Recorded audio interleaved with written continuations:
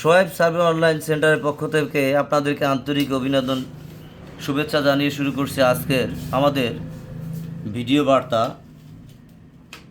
সে বিষয়টা হচ্ছে আজকের ভিডিও বার্তার যে খতিয়ান থেকে আপনার হিস্সা কীভাবে বের করবেন।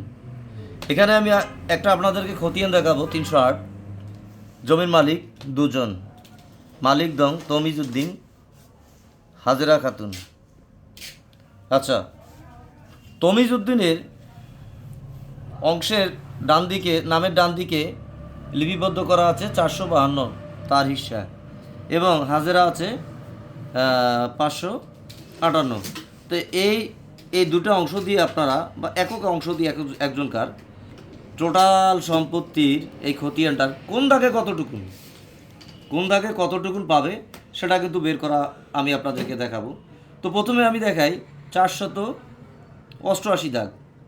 এটা কিন্তু 100 চিহ্নটা এটাকে বলে 16 আনা, মনে রাখবেন স্পষ্টভাবে। তো আগের সনাতন পদ্ধতিতে 16 আনা দেওয়া হতো, কিন্তু এভাবে 16 আনা দেওয়া হতো এভাবে, কিন্তু এখনকার পরিবর্তে সেটা এখন হচ্ছে 100টাকে বলা হয় 16 আনা। তাহলে আমরা এভাবে অঙ্কটা করতে পারি। 452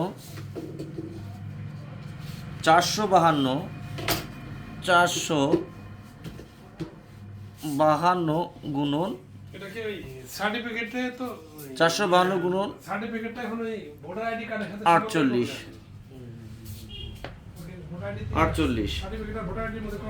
তাহলে কিন্তু অংশটা বের হয়ে যাবে। 452 গুণন 48, ওকে। 21%।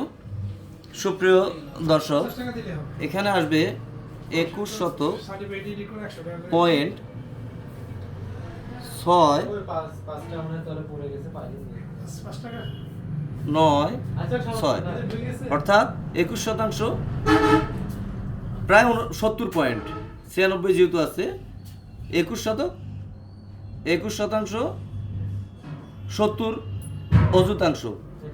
তো এখন আমরা প্রশ্ন হচ্ছে যে পরবর্তীতে কিন্তু এই পরের অংশটা বের করে এটা টোটাল যোগ দিলে কিন্তু আমার এই 48% মিলে যাবে। তো পরের এখন আমি দেখাবো টোটাল খতিয়ানে তার হিস্সা কতটুকু, অর্থাৎ 1 2 3 4 5টা দাগ, 5টা দাগ যে আছে, 5টা দাগের টোটাল তার জমি ওই খতিয়ানে 1 একর, অর্থাৎ 195%। ও একইভাবে আমরা বের করতে পারবো। তো এটা দাগের এরিয়াটা দেখালাম, এখন দেখাবো খতিয়ানের হিস্সা।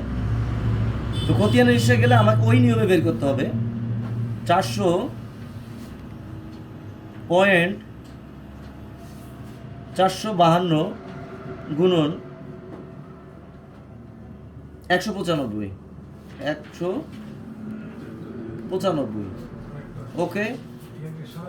হ্যাঁ, আমরা পেয়ে গেছি। এভাবে দিবেন 400.452 গুণন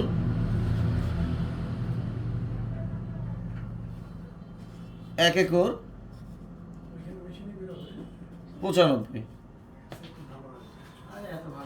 তাহলে পাওয়া যাবে কত? এখানে পাওয়া যাবে হচ্ছে 88.14। এইটা আর এই অংশটা যোগ করলে কিন্তু টোটাল খতিয়ানের, অর্থাৎ তার হিস্সাটা পাওয়া যাবে। এভাবে আপনার হিস্সা বের করবেন। আর একটা জিনিস আমি আপনাদেরকে আজকে দেখাবো, যে সেটা হচ্ছে, আমার ভিডিও দেখলে কিন্তু আপনার একটু সময় লাগবে বেশি, কিন্তু আসলে বাস্তবতা আপনারা শিখতে পারবেন, তাতে কোনো সন্দেহ নাই ইনশাল্লাহ। তো এই যে একটা ডিপি খতিয়ান, এই যে ডিপি, এটা খতিয়ান নম্বর। তো এখানে মালিক আছেন মালিক দং, অর্থাৎ মালিক দখলকার। মালিক দং মানে মালিক দখলকার। এটা একটা ফিল্ড পর্যায়ের খতিয়ান। এটা থেকে কিন্তু আপনি অনেক তথ্য পাবেন, এটা আপনার শিক্ষণীয় বিষয় আছে অনেক, এটা থেকে অনেক তথ্য পাবেন। এই কারণেই এই যে দেখা গেল 4 জনকার নাম, এখানে 4 জন আছে, 4 জনকার নাম।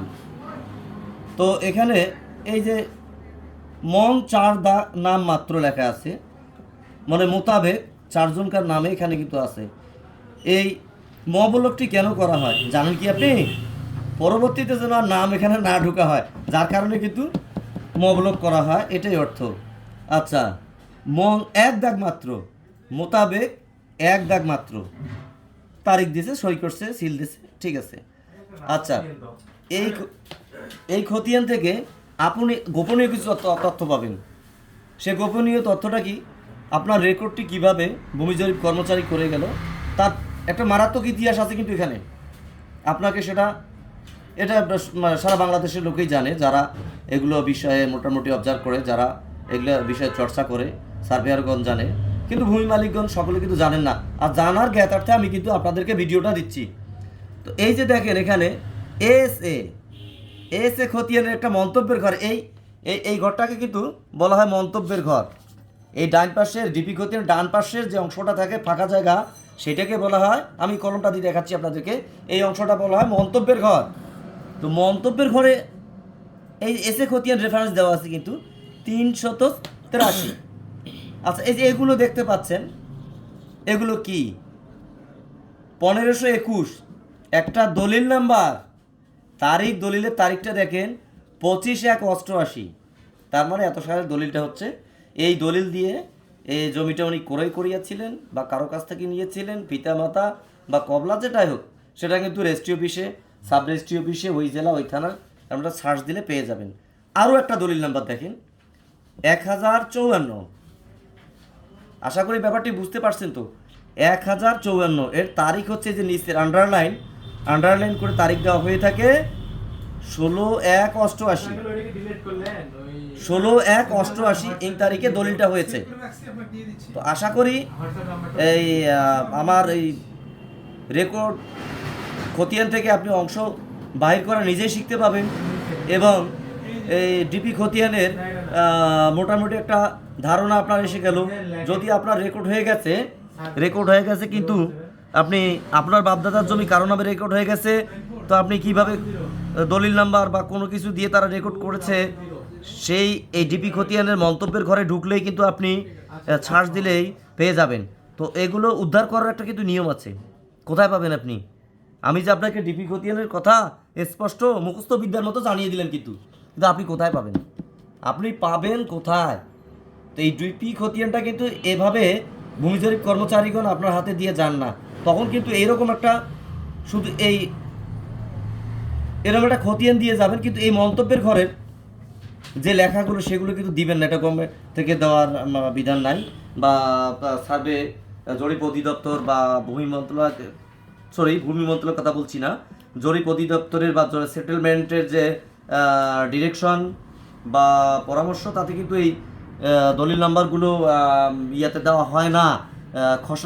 খসড়া খতিয়ান যেটা মাঠ পর্যায়ে আমিনগণ আপনাদেরকে দিয়ে আসেন, সেটাতে কিন্তু দেওয়া নিষেধ আছে। অফিসিয়াল হিসাবে, অফিসিয়াল মন্তব্য বা থিওরিতে সেগুলো আমরা ভূমি জরিপ কর্মচারীগণ বাংলাদেশের যারা আছেন তারা কিন্তু দেন না।